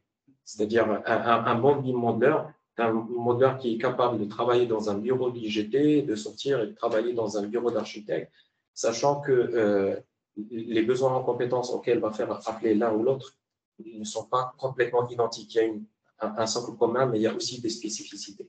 Donc ça, par exemple, des BIM modelers qui maîtrisent véritablement le modeling de façon qualitative, qui maîtrisent les fondamentaux aussi du BIM nécessaires pour faire du BIM modeling, qui nécessite la structuration, parce qu'il ne s'agit pas de sauter sur le dessin. Et ça, on l'a constaté lorsqu'on parle avec les gens sur le modeling, ils croient que c'est dessinateur du bâtiment. Oui, ça nécessite une phase de dessin de bâtiment, mais ce n'est pas que. Il faut aussi maîtriser les bases de données, parce que la maquette numérique, ce n'est pas qu'un dessin, c'est aussi une banque de données, c'est une base de données. Donc, ça, il y a un énorme besoin. J'ai connu pas mal de, comme j'ai dit, de cabinets qui disent moi, j'ai un bon BIM modeler, je suis prêt à lui payer ce qu'il veut. D'autres expériences qui disent j'en ai pris un, je l'ai formé, dès qu'il est devenu top, il est parti, voire même il est parti en tant que freelance, etc. Donc, il y a un besoin vraiment énorme. Cela dit, en réalité, les équipes techniques ne se résument pas exclusivement au BIM modeling. Il se trouve que c'est la personne, c'est le technicien qui est le plus poussé, qui nécessite le plus de temps de formation. Mais vous ne pouvez pas imaginer des chantiers où, par exemple, un chantier entièrement réalisé en BIM, mais le chef de chantier ne connaît rien sur le BIM. Alors, on aura ces fameux chantiers où on a un BIM qui est fait dans les bureaux, beau, etc., etc., mais il faut un traducteur pour que sur le terrain, on continue de faire comme ce qu'on faisait avant. Pour les chefs de chantier, les conducteurs de travaux, etc., je ne dis pas qu'ils ont le même besoin technique qu'un BIM modeler, mais ils ont leurs propres besoins techniques de formation. Donc, bien sûr, la plus grosse priorité, elle est sur le BIM modeler, mais il ne faut pas qu'on oublie que l'ensemble de la chaîne des techniciens doit avoir des formations sur le BIM. Après, il y a le middle management. Et là, c'est vrai que nous constatons qu'il n'y a pas véritablement de proposition d'offres. Alors, ce qu'on trouve, c'est soit que vous avez des gens qui ont été formés sur le BIM management et qui vont essayer d'aller vers le terrain et faire plus un chef projet BIMé avec les compétences qu'il a apprises sur le BIM management, soit c'est des gens qui seront issus parfois d'un modeler qui a eu l'opportunité de travailler dans le chantier, etc. Et de par sa connaissance sur le BIM, il va pouvoir faire du project management BIMé, mais ce n'est pas la solution. Il faut absolument une proposition d'offre pour le middle management, pour les chefs de projet BIMé qui intègrent cet aspect de complexité, qui intègre… D'ailleurs, le project management lui-même est en réalité une compétence à apprendre et beaucoup parfois de projets échouent parce que on s'est appuyé exclusivement sur l'approche apprendre sur le tas pour faire du project management. Donc, si on prend l'exemple du master que nous avons essayé de développer dans le partenariat tripartite, justement, l'objectif était de répondre à ce besoin dont le marché va dépendre de plus en plus, c'est le middle management dans les projets de construction. Il y a la personne qui va être sur le projet au jour le jour et pas l'aspect direction du projet. Non, c'est la personne qui vivra le projet, qui sera impliquée sur le projet, qui passera toutes ses journées dans le projet entre budget, suivi du planning, suivi de l'ensemble des opérateurs, etc., les réunions de chantier, etc. Ça, c'est indispensable aussi, ce que j'appelle le middle management, et pour lequel on a essayé d'apporter une réponse à travers ce master SSK Learn Eternus. Merci, c'est Anthony. Merci à tous nos chers intervenants. Je pense que c'est l'heure de ne pas prolonger la conférence et la garder dans un délai de temps assez raisonnable pour le distanciel et le présentiel. On ouvre le champ aux questions et débats. Est-ce qu'il y a des questions? On a reçu une question via la ligne, je dirais. C'est une personne qui demande un peu la définition du BIM en soi-même. C'est une définition très… Comment on peut la simplifier? Je m'adresse au BIM manager. En fait, si vous permettez, le BIM, effectivement, il y a trois abréviations pour le BIM. Building Information Model, Management et Modeling. Quand on parle du BIM modèle, c'est tout ce qui est base de données du modèle. C'est la modélisation. Quand on parle du BIM, Building Information Modeling, c'est le travail collaboratif, c'est-à-dire une maquette numérique sur laquelle travaillent plusieurs stakeholders, intervenants, chacun son métier. Et quand on parle du BIM en tant que BIM, Building Information Management, en fait, ce n'est que la gestion de toutes les bases de données afin, bien sûr, d'assurer une intercoordination entre les différents stakeholders. Voilà, je pense que c'est rare. Oui, voilà, donc chacun, donc il appelle… C'est une définition au fait qui fait converger tous les aspects, on va dire, tous les apports de l'approche collaborative du BIM. tout simplement en une abréviation. Surtout l'approche collaborative. Moi, j'aimerais bien insister et faire comprendre que au niveau du BIM, je dirais que le fait d'avoir aujourd'hui l'opportunité d'être architecte assis avec un confrère architecte et en même temps avec un confrère que j'appelle confrère IGT et aussi un confrère gestionnaire maître d'ouvrage. Et en fait, c'est toute l'équipe de l'acte de bâtir et la base de formation qui sont là pour dire que voilà, le processus BIM, c'est une formation pour mieux réaliser et mieux concevoir nos projets, briser la glace entre les différents métiers et entre les différents hommes d'art qui participent à cet acte de bâtir dans toutes ses formes et avec toutes les différentes, mais aussi pour permettre à ce maître d'ouvrage d'avoir un produit qu'il va pouvoir gérer et qu'on puisse à la fin trouver des usagers qui sont satisfaits et un gestionnaire qui assure la bonne gestion, la rentabilité, mais aussi qui est à la pointe de la maintenance pour mieux faire vivre ces bâtiments. Et bien sûr, dans la phase à l'amont, Dieu merci, on commence à travers les projets BIM, ils ne sont pas nombreux au Maroc, mais on s'estime heureux d'en avoir déjà des projets qui se réalisent et qui sont là. Et la tendance aussi un peu de l'État à essayer de promouvoir ce processus en l'appliquant dans ces projets complexes, c'est qu'on aura des plans de récollement enfin et des plans de synthèse qui sont fidèles de ce qui a été réalisé et qui permettront encore une fois à l'exploitant de pouvoir donner une belle vie à ces bâtiments, on va dire, et à tout un chacun des corps de métier de pouvoir intervenir à tout moment avec des données qui sont à jour et qui sont réalistes afin d'être efficaces. Que ce soit en restitution, en constitution, en maintenance, en gestion technique, en implémentation d'éléments, en complément, quand on vient pour scanner l'existant, quand on manque de données, pour essayer de faire l'extension, l'architecte il trouve la justesse du géoréférencement pour compléter ces plans. Et c'est ça, en fait, ce point fort de ce processus. Je cède la parole à la salle et à ceux qui nous suivent en ligne afin de pouvoir poser leurs questions. Toujours un premier courageux ou une première. Après la fête de la femme, c'est Khalid. Bonsoir tout le monde. Merci beaucoup, cher conférencier. Donc, en fait, j'ai 3 questions. La première, c'est pour l'architecte.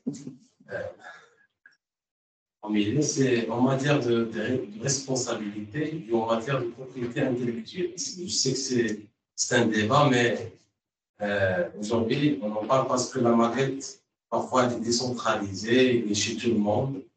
À qui appartient la maquette de projet initial? Est-ce que c'est au maître d'ouvrage ou bien à l'architecte? Ça, c'est la première question. La deuxième question, c'était en matière de responsabilité, c'est-à-dire comment il est géré dans un projet en BIM.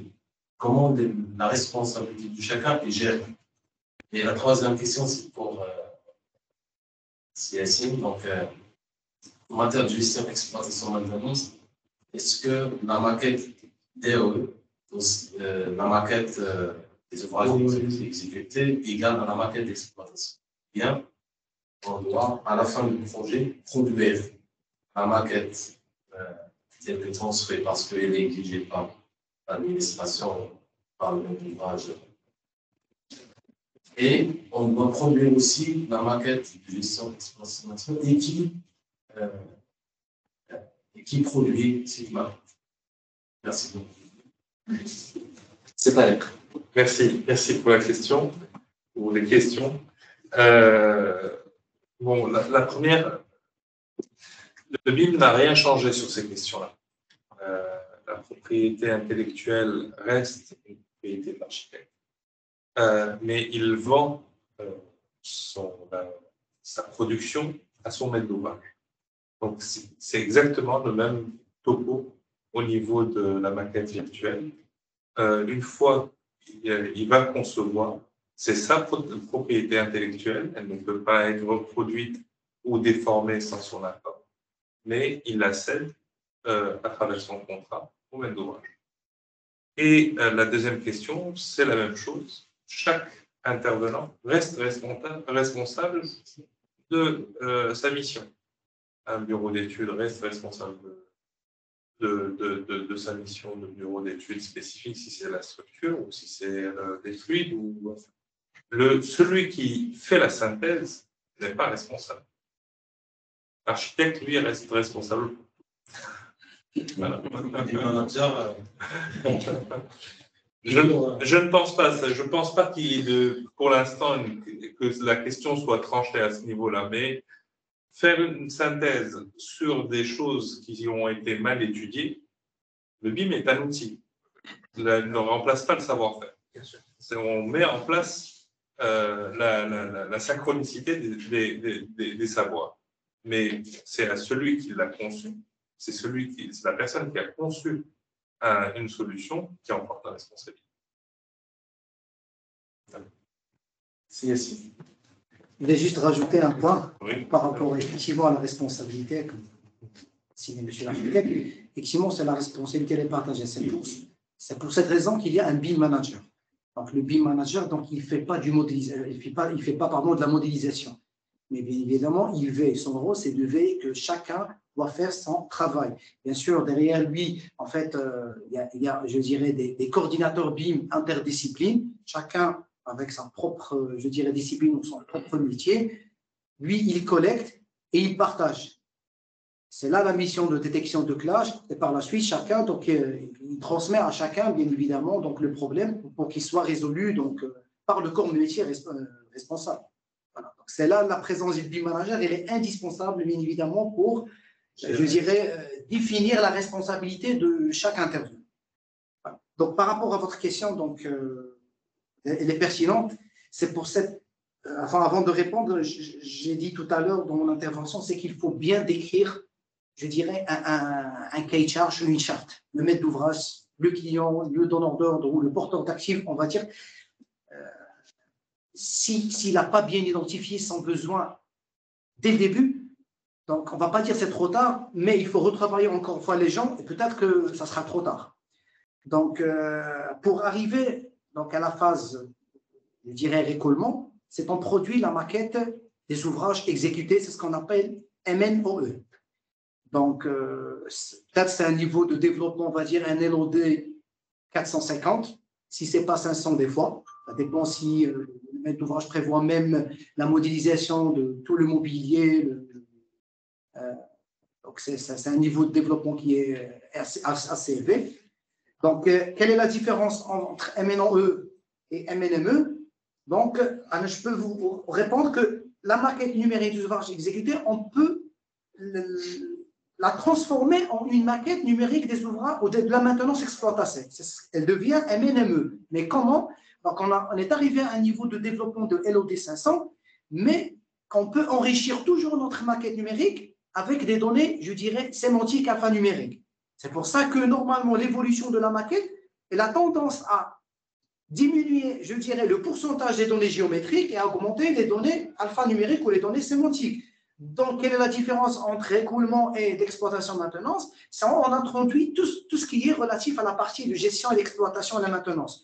Je cite par exemple les plannings d'intervention. Par exemple, on va citer les pièces de rechange donc pour chaque équipement. On va citer les équipes, bien évidemment. Donc, chaque intervenant, donc, je dirais sa mission principale. C'est ça la différence entre une maquette numérique des ouvrages exécutés et une maquette numérique de la maintenance exploitation. C'est juste une alimentation supplémentaire où on va dire on va enrichir beaucoup plus la maquette de récoulement avec beaucoup plus de données qui sont liées à la partie de la maintenance exploitation. Voilà.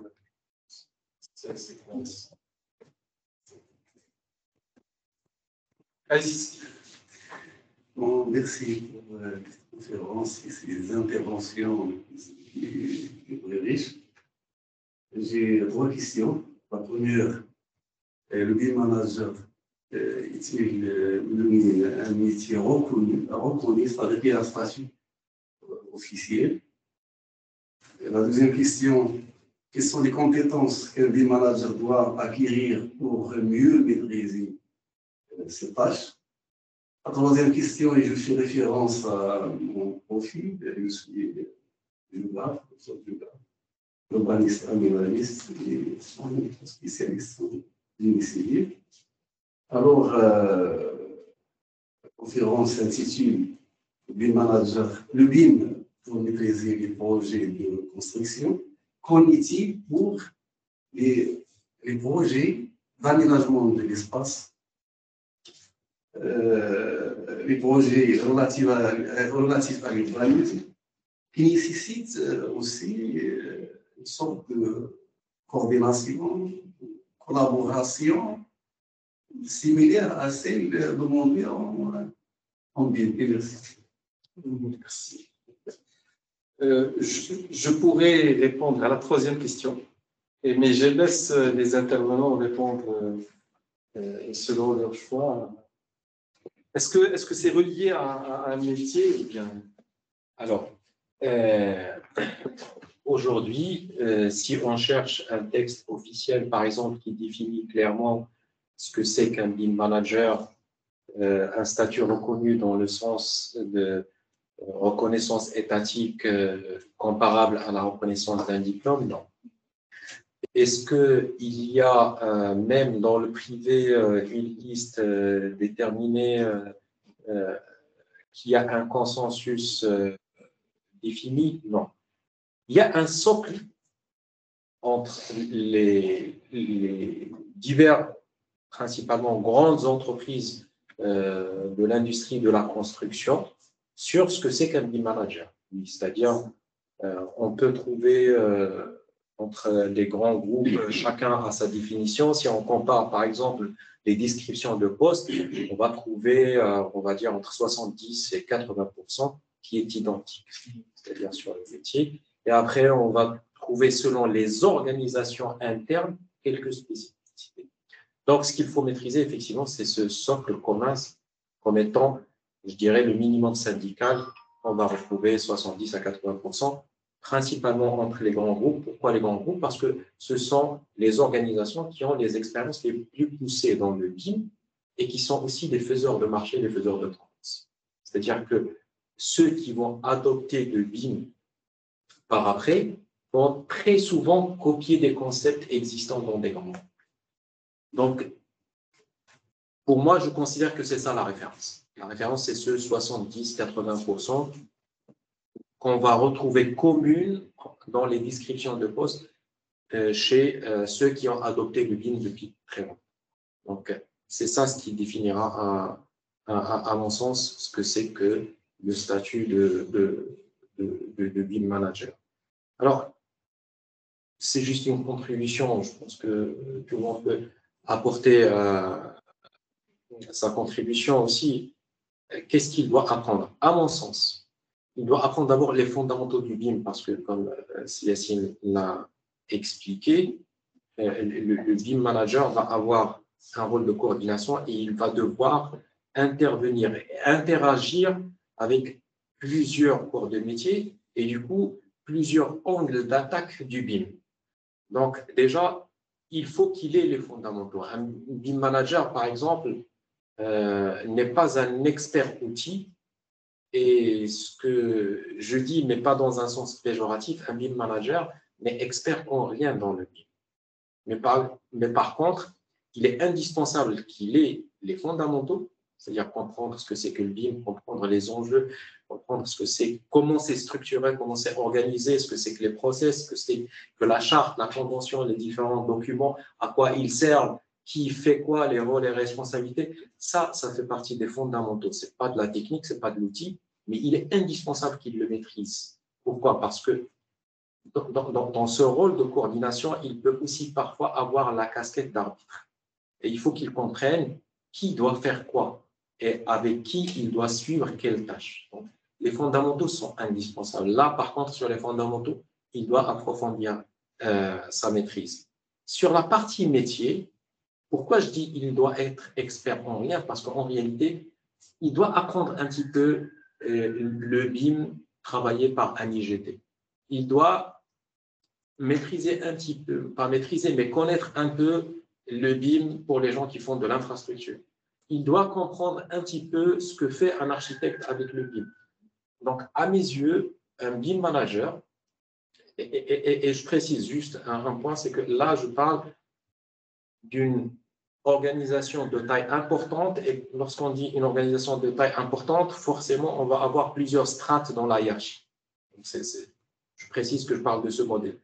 Du coup, le BIM manager doit pouvoir connaître ce que fait celui-là, celui-là, celui-là, sans être expert, pour pouvoir dialoguer avec eux, interagir avec eux et coordonner avec eux. Mais j'aimerais bien entendre aussi ce qu'en pensent les autres.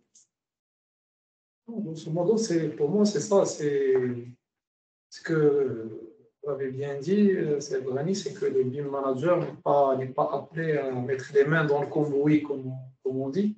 C'est qu'il doit avoir plutôt une vision globale sur tout le processus de la construction et maîtriser aussi les fondamentaux, notamment tout l'aspect, on va dire, organisationnel qui vient en amont du processus BIM. Si on a insisté sur ce point, c'est qu'il faut comprendre qu'il est capital pour la bonne réussite d'une démarche BIM de bien cerner le besoin en amont du processus. Et le fait de cerner ce besoin ne vient pas seulement en sondant aussi le besoin auprès du donneur d'ordre, mais surtout par le fait de formaliser ce besoin sur des documents qui vont persister, qui vont accompagner le déroulement de ce processus.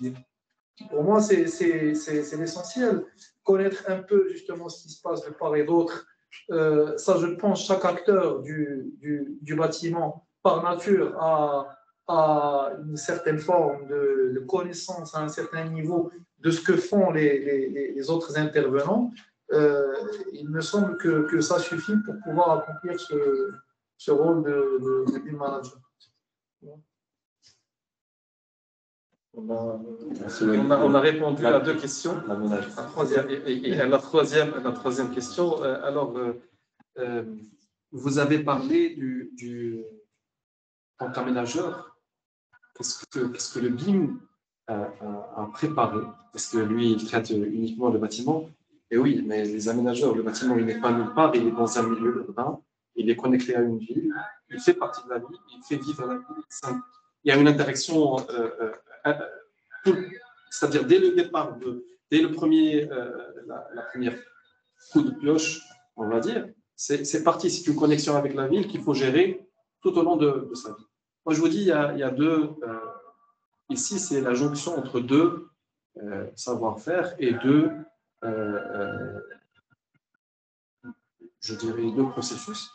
C'est le SIG, système d'information géographique, qui vient se connecter avec le processus BIM afin de pouvoir renseigner tout ce qui se passe autour du bâtiment dans son milieu urbain, sa façon de se connecter, les vents dominants, l'ensoleillement, les azimuts, l'ombrage, l'encombrement des bâtiments à côté, s'il y a des couloirs d'air qui sont à haute vitesse, vu l'environnement. Et c'est par là où on va avoir le SIM, c'est la fusion entre les deux, qui va donner cette gestion dans le même cadre du processus, de l'environnement du bâtiment, que ce soit pour l'implémenter, mais aussi pour que le milieu où on va greffer ce bâtiment puisse interagir d'une manière positive. Et dans ce même sens, vu que vous êtes intéressé, je vous invite et j'invite toute personne intéressée de la part de l'ambiance à s'inscrire dans notre formation de ce samedi. Nous organisons au sein de Terra Modus des formations qu'on appelle les samedis du savoir, une fois par mois, à raison de 8 formations par an. Il y a 3 mois où on se dit il y a les vacances, il y a le ramadan, il y a la fin de l'année. Et donc, on table sur 8 formations. Et la formation de ce samedi sera l'urbanisme 2.0, qui va parler de l'efficacité énergétique et du SIM dans ce processus. La digitalisation voilà l'apport de la transformation digitale sur l'urbain qui commence à se concrétiser aujourd'hui, même au Maroc.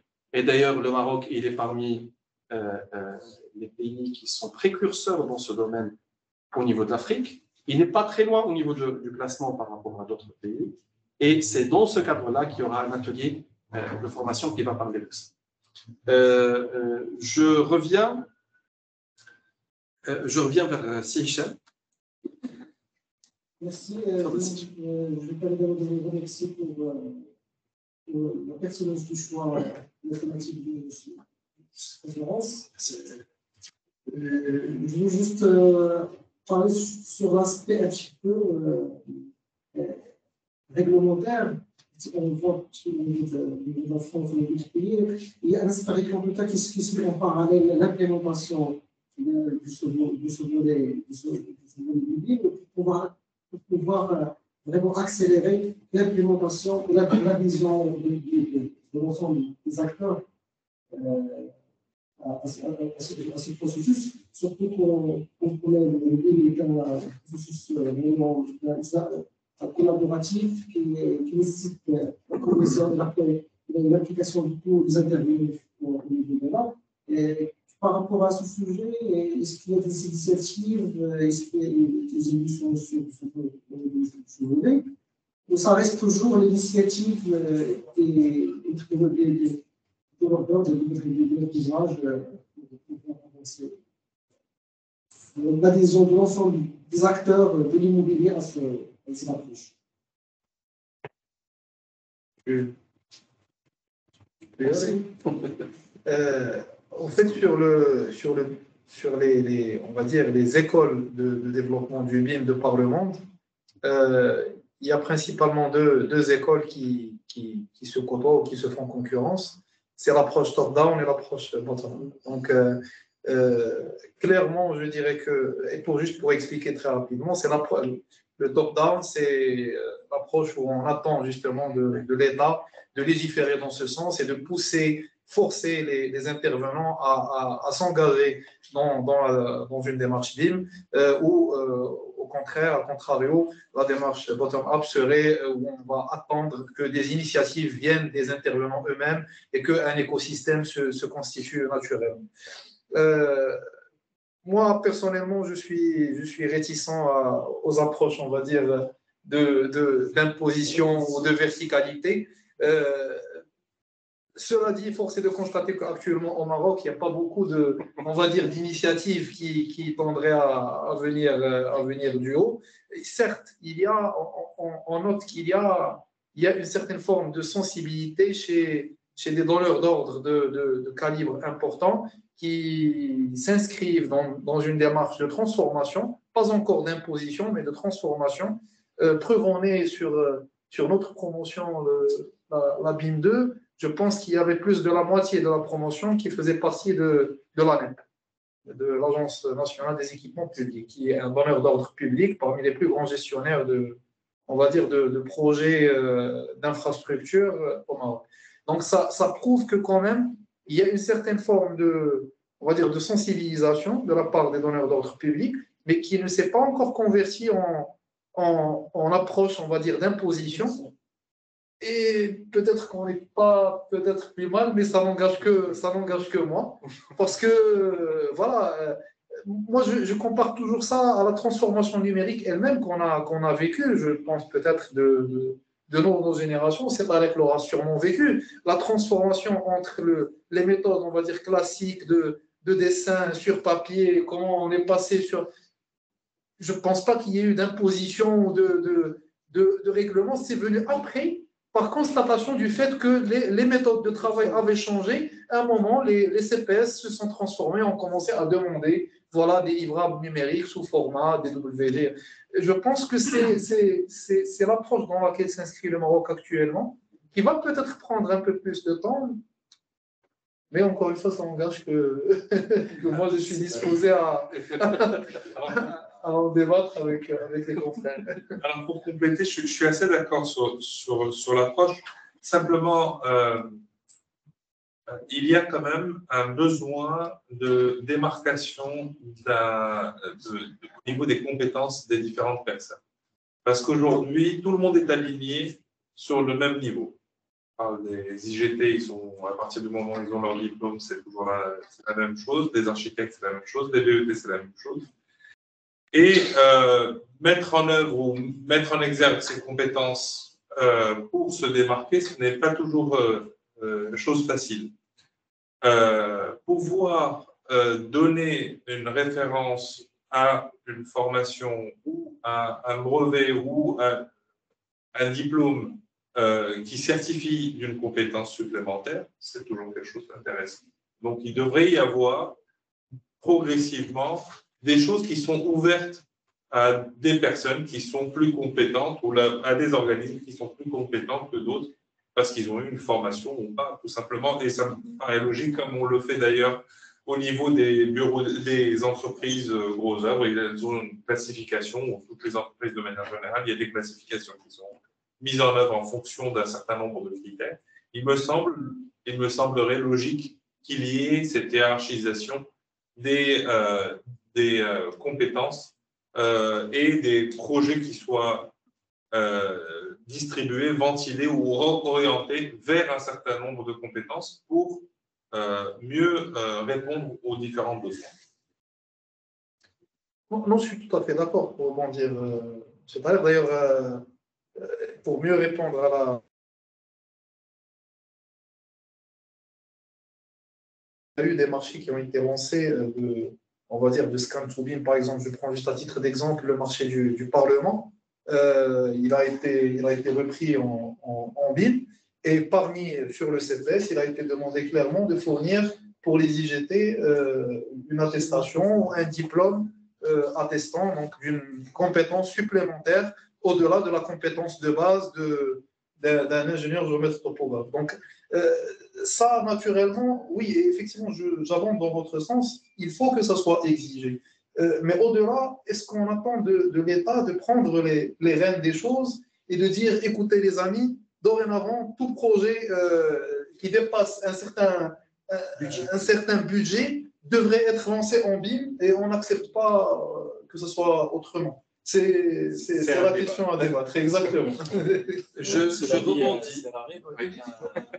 C'est une tendance qui a commencé. Il faut quand même le souligner. C'est-à-dire qu'on commence à avoir des appels d'offres au Maroc qui exigent la compétence BIM. C'est là où je rejoins le point de vue de Sikamel, c'est que très bien, on va dire oui parce que c'est le projet par rapport soit au montant ou à un aspect stratégique, etc. Oui, c'est cohérent, il faut du BIM. Mais avec quoi on vérifie que l'organisation qui va participer dispose véritablement des compétences et en plus des compétences dont on a besoin dans ce projet. Là, à mon avis, on a encore du chemin. Si vous le permettez, moi j'aimerais bien intervenir et rebondir sur ce qu'a dit Serré. Est-ce que l'État va venir et imposer le BIM partout? Moi, à mon propre sens, et ça n'engage que conviction par rapport à ce processus, il faut distinguer entre deux éléments. Il y a le processus en soi-même, en tant que méthodologie de travail, qui définit des documents juridiques, qui définit des phasages et des intervenants avec des statuts, avec une relation entre eux et une façon de faire. Maintenant, ce qu'on doit dire, il faut généraliser les applications. Parce que tout bâtiment, à ma propre conviction, tout ouvrage trouvera son besoin et trouvera de l'efficacité dans une des applications uniques. Quand on veut reconstituer un bâtiment, c'est le scan. Mais après, est-ce qu'on va réaménager un appartement avec une maquette BIM? C'est loin d'être ça, parce qu'on va tomber peut-être dans la surdimension du processus ou de l'outil utilisé par rapport aux besoins. Donc aujourd'hui, c'est un processus qui est là, qui a diverses applications et qu'il va falloir trouver une façon de conventionner entre tout le monde les différentes applications afin de remédier à toutes les failles des travaux dans l'immobilier, que ce soit en phase de conception, que ce soit en phase de construction, restructuration. Il y a un volet énorme, la réflexion du patrimoine. Aujourd'hui, on a des bâtiments qui sont classés patrimoine, mais qui sont, par défaut de maintenance peut-être, en train de tomber en miettes. Il faut reconstituer tout d'abord l'existant, garder l'histoire sur des disques durs, dans des serveurs, afin de pouvoir la rétablir quand on a les moyens de le faire.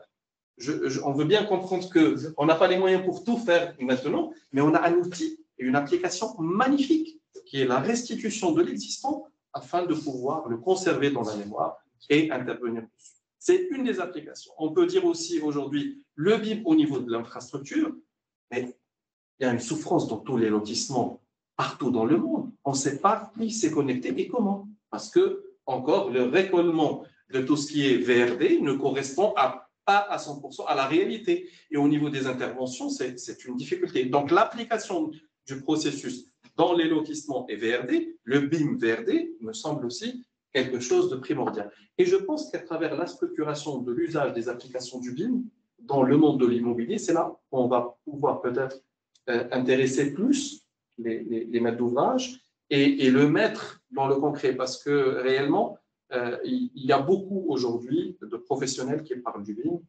soit par malcompréhension, ils parlent aujourd'hui de logiciels et de machines, alors que c'est loin d'être ça. On a dépassé l'histoire des logiciels. Est-ce que c'est format DWG ou bien PLN ou bien PLA? On a dépassé. Ça, c'est quelque chose de révolu avec le BIM. On parle de l'interopérabilité.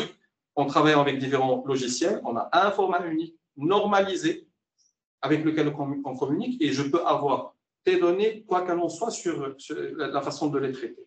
La deuxième des choses, c'est que la structuration de ces données, elle va permettre une meilleure gestion de tout le patrimoine futur, mais aussi de sauvegarder celui qui est existant. Alors, je pense que ce sera dans ce sens qu'il faut partir, mais pas le processus l'appliquer à 100% sur tous les projets. Je voulais juste compléter votre point de vue, donc en complément ce qu'a dit Samy. Et effectivement, donc il faut déjà définir le besoin. Celui qui va déployer le BIM, c'est quoi son réel besoin par rapport à ce BIM? Par rapport à son métier, exactement. Peut-être qu'on ne va pas former quelqu'un sur le SIM, et lui, il travaille sur le bâtiment, et par la suite, quand on va lui présenter, je veux dire entre parenthèses, voilà le rendu final, plus ou moins ce que vous attendiez, la personne m'a dit, bon, ce n'est pas vraiment mon besoin réel, ce n'est pas ça ce que je veux. C'est pour cette raison qu'il faut assurer des formations adéquates par rapport au profit et par rapport aux besoins réels dans le futur. Ce n'est pas question de se lancer dans les BIM avec, je dirais, tous les modules du BIM, topographe, l'infrastructure, SIM, et ainsi de suite. Donc, il faut cibler effectivement le besoin ou, je dirais, le métier sur lequel vous travaillez. Exact. Voilà. Je pense que ça, c'est un point de vue perso. Juste pour rajouter, il y a aussi la question au niveau de détail et logique. Oui. C'est-à-dire ça aussi, c'est un des éléments pour moduler. Du coup, on peut imaginer utiliser le BIM presque pour tout, si on sait repérer pour tel besoin, oui, quel est le niveau de détail. C'est-à-dire n'importe quel bâtiment, si on peut déjà, ne serait-ce qu'utiliser les réservations et la détection des plages, c'est déjà un gain énorme. Là, on vient déjà de répondre à la question pour ne pas discriminer un peu nos amis qui nous suivent en distanciel. Madame Amina qui a dit pour quel type de projet le BIM est avantageux, il peut être avantageux en utilisant la bonne application qui est adéquate aux besoins du projet en soi-même. Il y a M. Mohamed qui pose la question, il dit est-ce que nous pouvons avoir une normalisation du BIM dans le futur par Imanor ou bien un autre organisme? Il y a des discussions informelles qui ont démarré. C'est super. Ce qui signifie que très probablement, c'est un chemin dans lequel le Maroc avance. Déjà, le SCATOBIM est normé. Oui, le SCATOBIM, il est déjà normé au niveau de l'IMAN. Et Madame Amina qui pose la question, s'il vous plaît, les prérequis pour poursuivre la formation du BIM. Je pense que ça a été expliqué tout à l'heure quand on a parlé du profil.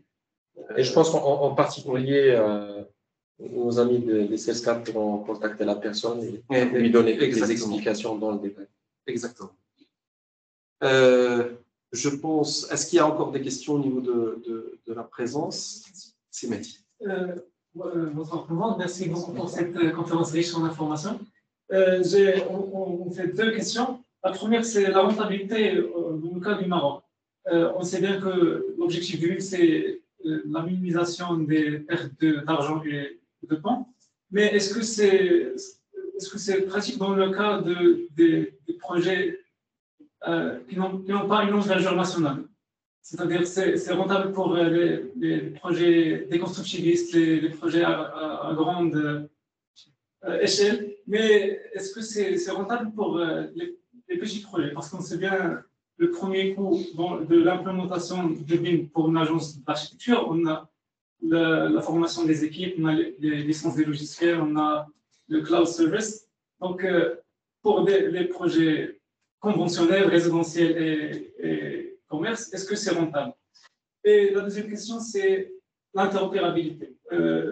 Le but, c'est d'atteindre le Open BIM, de travailler avec l'IFC, avec tous les intervenants, l'énergéticien, l'architecte, le topographe, dans la même marque centralisée. Mais réellement et concrètement, est-ce qu'on y est?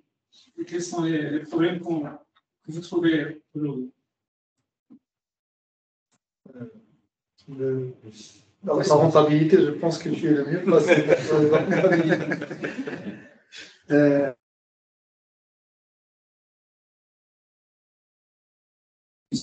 Comme on a dit tout à l'heure, indispensable évidemment pour assurer la rentabilité d'un projet. Le grand souci d'un maître d'ouvrage, c'est le coût et les délais. Ça, c'est les deux facteurs essentiels pour un maître d'ouvrage pour son projet.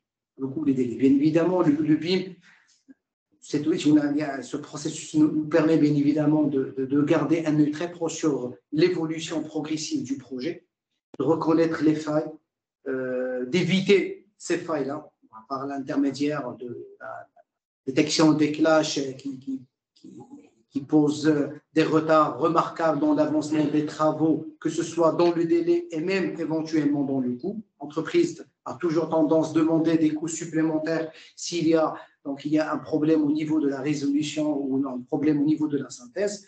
Donc, peu importe la taille du projet, la rentabilité, elle est là. Moi, en fait, personnellement, j'avais une autre vision. Je disais, le BIM, il est fait pour les grands projets, alors que ce n'est pas le cas. Donc, il est rentable, indépendamment de la taille du projet. Donc, la rentabilité, elle est là. Si je peux compléter aussi, en fait, quel que soit le corps de métier qui intervient, c'est-à-dire sur le processus BIM, mais je vais prendre quand même notre cas. Pour pouvoir intervenir et apporter justement notre pierre à l'édifice sur le processus, il y a un investissement conséquent qui doit être consenti, notamment à travers l'achat de matériel, de scanners qui sont quand même assez conséquents à acquérir, et aussi à travers la formation. Donc, il est clair que ça dépend du prisme à travers lequel l'intervenant du bâtiment va prendre cet investissement. S'il veut impacter cet investissement directement sur des projets de faible envergure, c'est clair que la réponse serait non. Mais si on prend le problème à l'envers, et si on se dit que oui, nous avons consenti cet investissement pour l'amortir sur un certain nombre de grands projets, et à terme, une fois qu'on a réalisé cet amortissement, au fait, on se prend au jeu et on se dit que finalement, c'est très pratique à mettre en œuvre et c'est déjà amorci, alors pourquoi ne pas continuer même sur des petits projets? Et c'est là que justement, même pour le maître d'ouvrage, parce que le maître d'ouvrage, lui, il voudrait bien avoir du BIM surtout, mais qu'est-ce qui le freine en fait? C'est le coût quand il demande que le projet soit réalisé en BIM. Si pour tous les intervenants, la transformation est déjà amortie, à ce moment-là, pour des petits projets, qu'ils soient réalisés en BIM ou en approche conventionnelle, ça va avoir on va dire un impact mineur. Et c'est ce qui va encourager les maîtres d'ouvrage à aller sur le BIM, même sur des petits projets. Alors, je voudrais juste préciser une chose. Encore une fois, c'est un esprit. Moi, je n'ai pas de certification BIM, je ne suis pas un professeur de BIM. J'ai saisi, je pense, quel était le fonctionnement et le besoin de cette méthode. Mais cette méthode, c'est ce que j'ai mis en place dans mon agence depuis 20 ans. C'est-à-dire essayer d'être le plus réaliste possible dans toutes les informations que je vais collecter. Donc, les synthèses, je les fais chez moi pour le plus petit projet. Je vais prendre la structure, je vais la recopier, on me la donne en 2D, je la remets en 3D pour vérifier tout simplement que mon échappée d'escalier fonctionne, que je ne vais pas avoir de clash à l'intérieur. C'est le BABA. Donc, si un petit projet, ben, vous mettez ça au niveau d'un petit projet, et plus ça grandit, ben, plus vous avez besoin de monde. Mais si en plus, à un moment donné, ben, pour la communication et pour la mise en place de tout le processus, au niveau d'une agence, ça n'est plus possible. Donc, on a recours à un BIM manager qui va lui mettre tout le monde d'accord et mettre en place la charte que tout le monde va appliquer. Mais on ne peut pas dire, voilà, je travaille en BIM ou pas BIM, c'est toujours le même esprit. Juste une petite remarque en question. La spécialité, c'est les énergies renouvelables. Donc, j'ai besoin d'un petit retour d'expérience sur un projet où il y a l'impact de BIM sur l'efficacité du bâtiment. Oui, c'est notre projet sur Casa, notre premier projet. Donc, le BIM, a été déployé depuis la phase conception donc, jusqu'à, bien sûr, la phase exploitation et maintenance. Effectivement, donc, il y a une étude qui a été faite, c'est ce qu'on appelle l'étude STD, simulation thermique et dynamique. Donc, c'est la 5D, c'est la 5D, voilà, c'est l'analyse énergétique d'un bâtiment. 6D, voilà, la 6D, ça c'est le couple de planification. La 6D, donc en fait, il y avait une analyse énergétique du comportement, je dirais, du bâtiment afin de définir les zones de confort et effectivement définir même les seuils, je dirais, donc à ne pas dépasser pour certains, je dirais, plutôt des seuils à ne pas dépasser suivant plusieurs contraintes, orientation, je dirais, positionnement et ainsi de suite. Et ça nous a permis de faire des économies donc, très importantes en matière de la consommation donc, électrique. Et je pense que l'exercice a été fait dans la phase conception et même en phase de réalisation. Et le résultat, donc, aujourd'hui, donc, il est optimal. Donc, on peut dire qu'on est satisfait.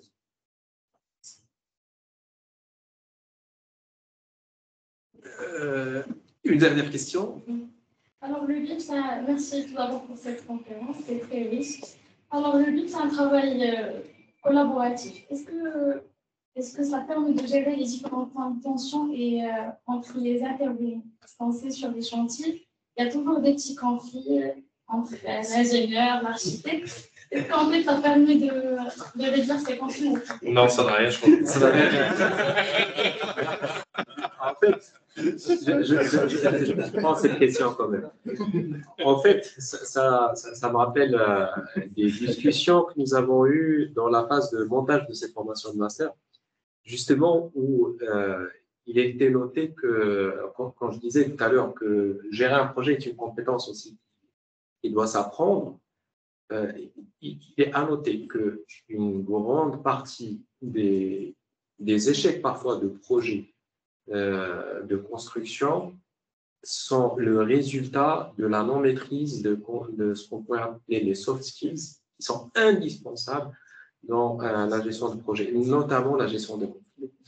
Donc, ça, c'est pas du BIM, mais c'est vrai que c'est une compétence qui peut aussi s'apprendre, ne serait-ce que partiellement, et qui est indispensable. En réalité, on ne se rend pas compte, mais on a l'impression que ça s'apprend sur le tas, alors qu'en réalité, de prendre le risque de laisser ses collaborateurs apprendre ça sur le tas, c'est prendre le risque d'avoir des conflits menant parfois à des blocages. On peut avoir des gens obtus et bloqués sur leur position. Après, il y a l'ego qui rentre. Et là, c'est des milliards qui partent en fumée. Donc, oui, c'est une compétence qui est très importante pour la gestion du projet de construction, mais ça ne rentre pas, on va dire, dans le domaine de définition du BIM. Je remercie infiniment toute la présence, c'est-à-dire tous ceux qui ont assisté en présentiel ou en distanciel. On n'arrête pas de me signaler au régie que les temps sont déjà terminés. Je remercie nos chers conférenciers pour avoir répondu à l'invitation. Ce n'est qu'un événement parmi tant d'autres qu'on essaiera d'organiser davantage afin de communiquer sur ce processus très important, très intéressant et qui fera aussi le changement et le futur de l'immobilier. Sur ce, je vous souhaite une bonne fin de soirée et à très bientôt, j'espère.